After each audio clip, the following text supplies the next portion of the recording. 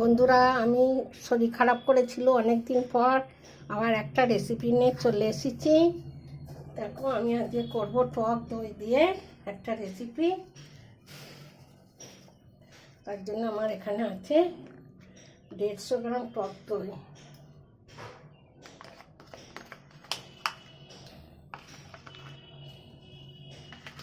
আর দেবো চিনি।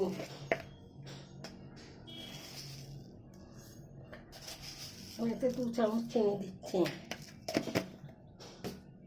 তারপর দেবো নুন। নুনটা স্বাদ মতো দেবে তোমরা। তারপর দেবো সামান্য সাদা তেল।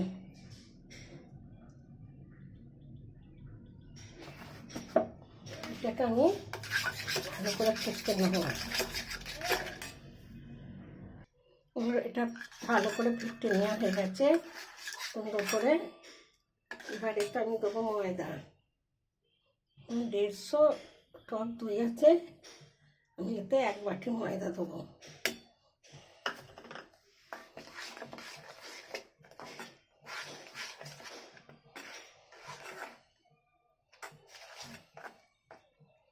এটাকে একটু পাতলা করে মাখবো। সামান্য একটু জলও দেবো, দিয়ে এটাকে এখন রেস্টে রেখে দেবো। এটাকে আমি হাত দিয়ে মেখে নেবো।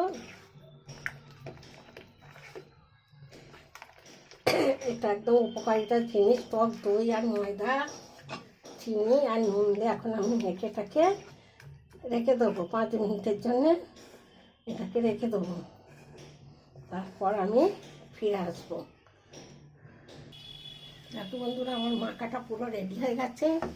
আমি এতে দেবো কাঁচেই ধনে পাতা আর কাঁচা লঙ্কা, ব্যাস, আর কিছু দেবো না। আর একটুখানি বেকিং সোডা দেবো, অল্প একটুখানি। ঢেলাটা বেশি হয়ে গেছে, আমি একটুখানি তুলে রাখছি।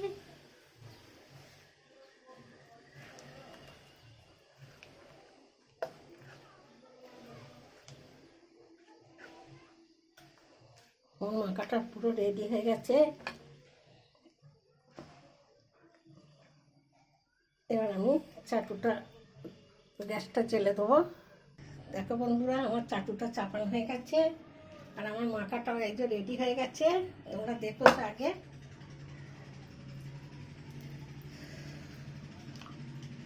এবার আমি একটা একটা করে পরোটাগুলো করে নেব।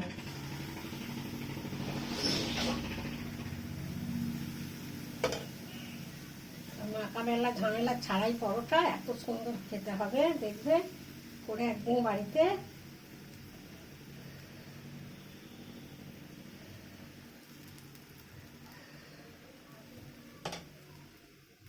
গ্যাসটা কমানো আছে, আমি একটু ঢাকা দিয়ে দেবো, ভিতরটা সিদ্ধ হয়ে যাবে।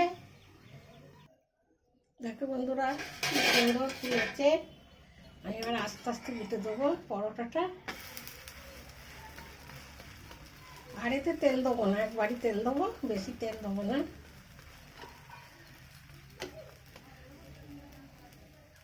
দেখো বন্ধুরা, এই পিঠটাও হয়ে গেছে একদম বিনা তেলে, অল্প খালি তেল না দিলেও হবে। আর একটা দেবো, খালি সামান্য তেল ব্রাশ করে।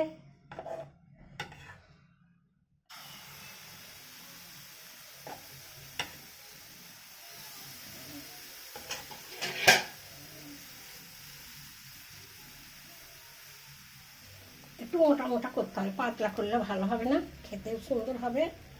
একদম কিচ্ছু নয়, টক দই আর ময়দা আর একটু কাঁচা লঙ্কা আর একটু ধনে পাতা। এবার আমি এটাকে ঢাকা দিয়ে দেবো।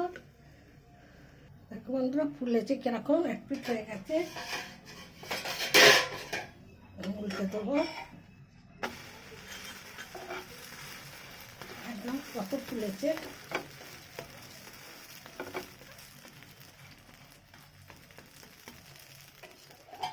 এই পিঠটা হয়ে গেলে তার কত সুন্দর ফুলেছে। আমি একটুখানি তেল দিচ্ছি, খেতে টেস্ট হয় বলে আমার ছেলে একটু তেল দিতে বলেছে। তেলটা দিলে খুব সুন্দর লাগবে, ফুলবে অনেকটা।